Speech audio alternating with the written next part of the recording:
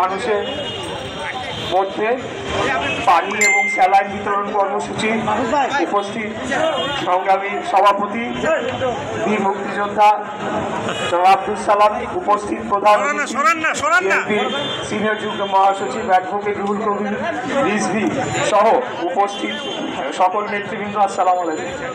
প্রিয় ভাইয়েরা, আজকে বাংলাদেশের যে আবহাওয়া, এর পিছে বর্তমান সরকারের ব্যর্থতা অবশ্যই রয়েছে।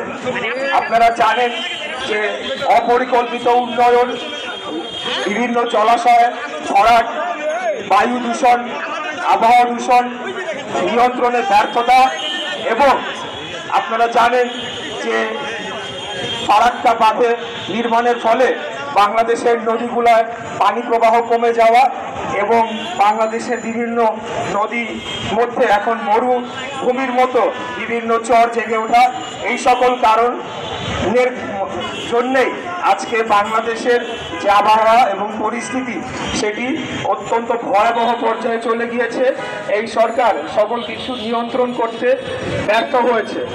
আপনারা জানেন যে ঢাকা শহরে যে এরকম একটা পরিস্থিতি, এরকম ঘনবসতিপূর্ণ একটা নগরী গড়ে তোলা হয়েছে, মানে বিল্ডিং কোড না মেনে সম্পূর্ণ অবৈধভাবে বিভিন্ন এলাকায় বহুতল ভবন নির্মিত হচ্ছে একদম সংকুচিত একটা জায়গার মধ্যে। এরই মধ্যে এই সরকারের অত্যাচার নির্যাতনের মাত্রা চরম সীমা লঙ্ঘন করেছে। তারা প্রতিনিয়তই বিএনপি এবং আমাদের নেতাকর্মীদের উপর ভয়াবহ নির্যাতন চালিয়ে যাচ্ছে। আসলে বাংলাদেশের কোনো কষ্ট দুর্দশা হলে তো এই যারা আওয়ামী লীগ সহ যারা এই এখন বর্তমান ক্ষমতায় রয়েছে তাদের তো কোনো কিছু যায় আসে না, তারা এসি রুমে বসে তারা ছড়ি ঘোরাচ্ছে, কিন্তু কষ্টে আছে বাংলাদেশের সাধারণ নাগরিক, সাধারণ জনগণ।